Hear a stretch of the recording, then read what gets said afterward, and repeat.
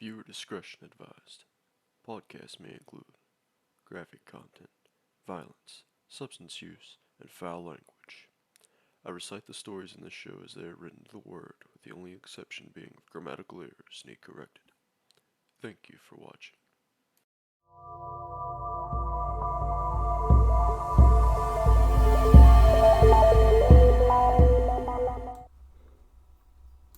Scared Shitless presents The Rake. During the summer of 2003, events in the northeastern United States involving strange human-like creatures sparked brief local media interest before an apparent blackout was enacted. Little to no information was left intact, as most online and written records of the creature were mysteriously destroyed. Primarily focused in rural New York State and once found in Idaho, self-proclaimed witnesses told stories of their encounters with a creature of unknown origin. Emotions range from extremely traumatic levels of fright and discomfort to an almost childlike sense of playfulness and curiosity. While their published versions are no longer on record, the memories remained powerful. Several of the involved parties began looking for answers that year. In early 2006, the collaboration had accumulated nearly 24 documents dating between the 12th century and present day, spanning 4 continents. In almost all cases, the stories were identical.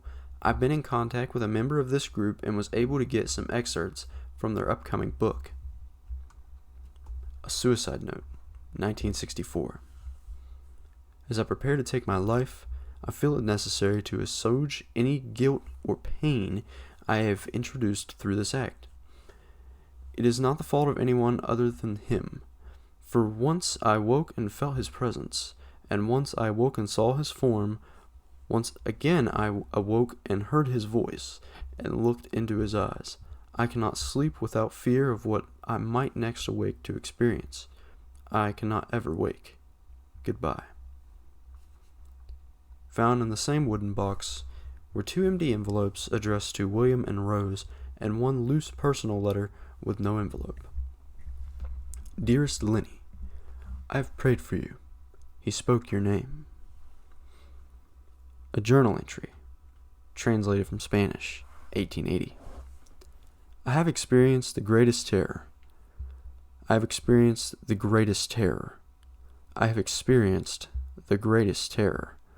I see his eyes when I close mine. They are hollow, black.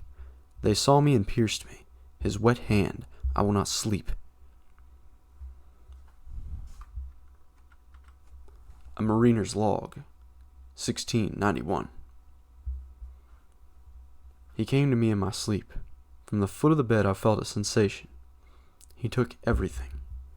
We must return to England. We shall not return here at the request of the Rake. From a witness, 2006. 3 years ago, I had just returned from a trip from Niagara Falls with my family for the 4th of July. We were all very exhausted after a long day of driving, so my husband and I put the kids to bed and called it a night.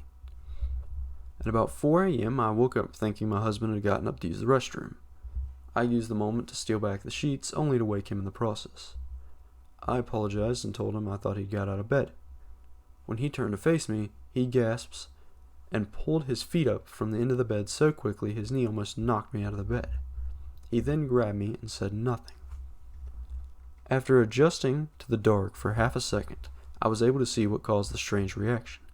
At the foot of the bed, sitting and facing away from us, there was what appeared to be a naked man, or a large hairless dog of some sort. Its body position was disturbing and unnatural, as if it had been hit by a car or something. For some reason, I was not instantly frightened by it, but more concerned as to its condition. At this point, I was somewhat under the assumption that we were supposed to help him. My husband was peering over his arm and knee, tucked into the fetal position, occasionally glancing at me before returning to the creature. In a flurry of motion, the creature scrambled around the side of the bed, and then crawled quickly, in a flailing sort of motion, right along the bed until it was less than a foot from my husband's face. The creature was completely silent for about 30 seconds, or probably closer than 5, it just seemed like a while, just looking at my husband. The creature then placed its hand on his knee and ran into the hallway, leading to the kids' rooms. I screamed and ran for the light switch, planning to stop him before he hurt my children. When I got to the hallway, the light from the bedroom was enough to see it crouching and hunched over about 20 feet away. He turned around and looked directly at me, covered in blood. I flipped the switch on in the hall and saw my daughter Clara. The creature ran down the stairs while my husband and I rushed to help our daughter. She was very badly injured and spoke only once more in her short life. She said, "He is the Rake." My husband drove his car into the lake that night. While rushing our daughter to the hospital, they did not survive. Being a small town, news got around pretty quickly. The police were helpful at first, and the local newspaper took a lot of interest as well. However, the story was never published, and the local television news never followed up either. After several months, my son Justin and I stayed in a hotel near my parents' house. After we decided to return home, I began looking for answers myself. I eventually located a man in the next town over who had a similar story. We got in contact and began talking about our experiences. He knew of 2 other people in New York who had seen the creature we now referred to as the Rake. It took the 4 of us about 2 solid years of hunting on the internet and writing letters to come up with a small collection of what we believed to be accounts of the Rake. None of them gave any details, history, or follow-up. One journal entry involving the creature in its first 3 pages and never mentioned it again. A ship's log explained nothing of the encounter, saying only that they were told to leave by the Rake. That was the last entry in the log. There were, however, many instances where the creature's visit was one of a series of visits with the same person. Multiple people also mentioned being spoken to, my daughter included. This led us to wonder if the Rake had visited any of us, before our last encounter. I set up a digital recorder near my bed and left it running all night, every night, for 2 weeks. I would tediously scan through the sounds of me rolling around in my bed each day when I woke up. By the second week, I was quite used to the occasional sound of some sleep. While blurring through the recording at 8 times the normal speed, this still took almost an hour every day. On the first day of the 3rd week, I thought I heard something different. What I found was a shrill voice. It was the Rake. I can't listen to it long enough to even begin to transcribe it. I haven't let anyone listen to it yet. All I know is that I've heard it before, and now I believe that it spoke when it was sitting in front of my husband. I don't remember hearing anything at the time, but for some reason, on the voice recorder, the voice immediately brings me back to that moment. The thoughts must have gone through my daughter's head, make me very upset. I have not seen the Rake since he ruined my life, but I know that he has been in my room while I slept. I know in fear that one night I'll wake up again to see him staring at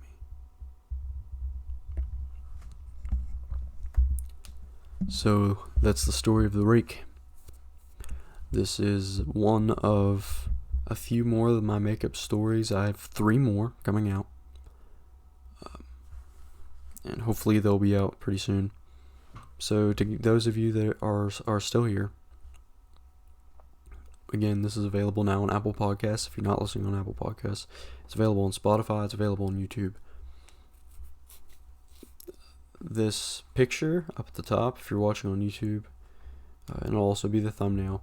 This is the Rake. This is what the creature is alleged to look like. It's said to be around 5 feet tall, and it kind of crawls on all 4s. Some people see it running on 2 feet, and it does, as the story describes, it more or less stalks people and ruins their lives. There's not a whole lot of alleged accounts of the Rake getting physically violent with people, but who knows, it could. And it did in this last section of the story that I read. Now,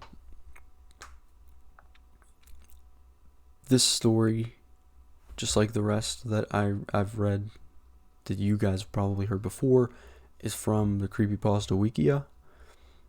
Now, this site says that the content on it is available by CC by SA. Creative Commons by share alike. That's why I'm able to share this. And this can all be found at the Creepypasta Wikia. And I will leave the URL in the show notes and to the YouTube description, so you can go to it, read it for yourself.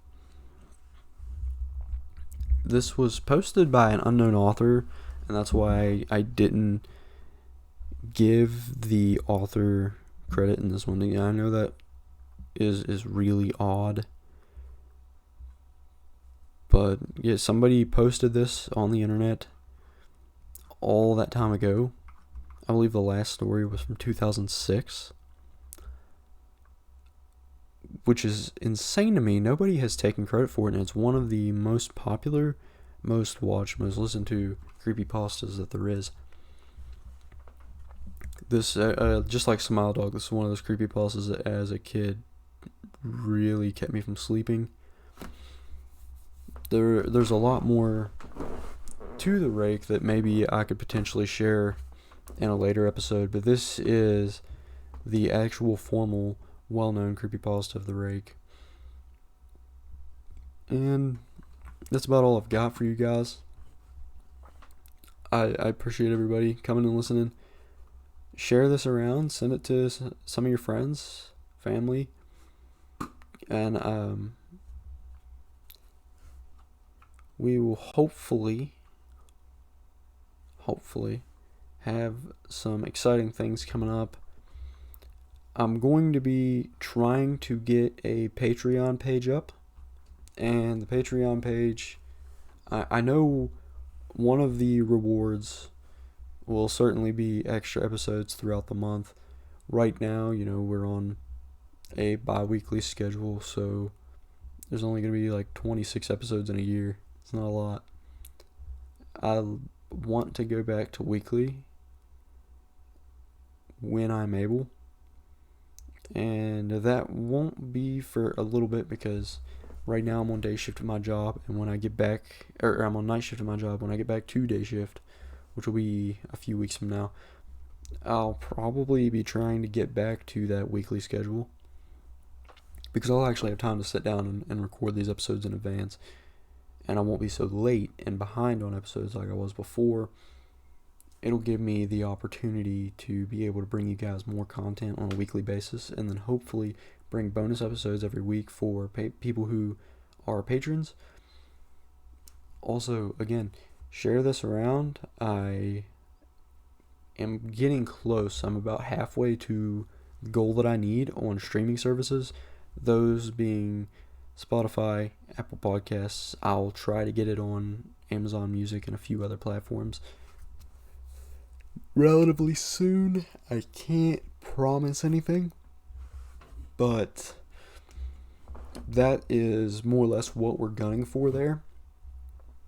And hopefully in the future, I'm going to be getting the SPS crew that I was telling about in episode 4, SPS at Lake Shawnee, and we're going to get together and we're going to talk about what happened there. And it's not going to be as much of a storytelling episode as much as it's going to be us sitting down and having a discussion. And we're going to talk about, the things that I missed, their points of view, and the stuff that was going on when they were there. Not as much as what did Donnie seen here. The first episode was focused on my own sights and sounds and that of the like, but I'm really excited for that to come up. So stay tuned, guys, and be scared shitless.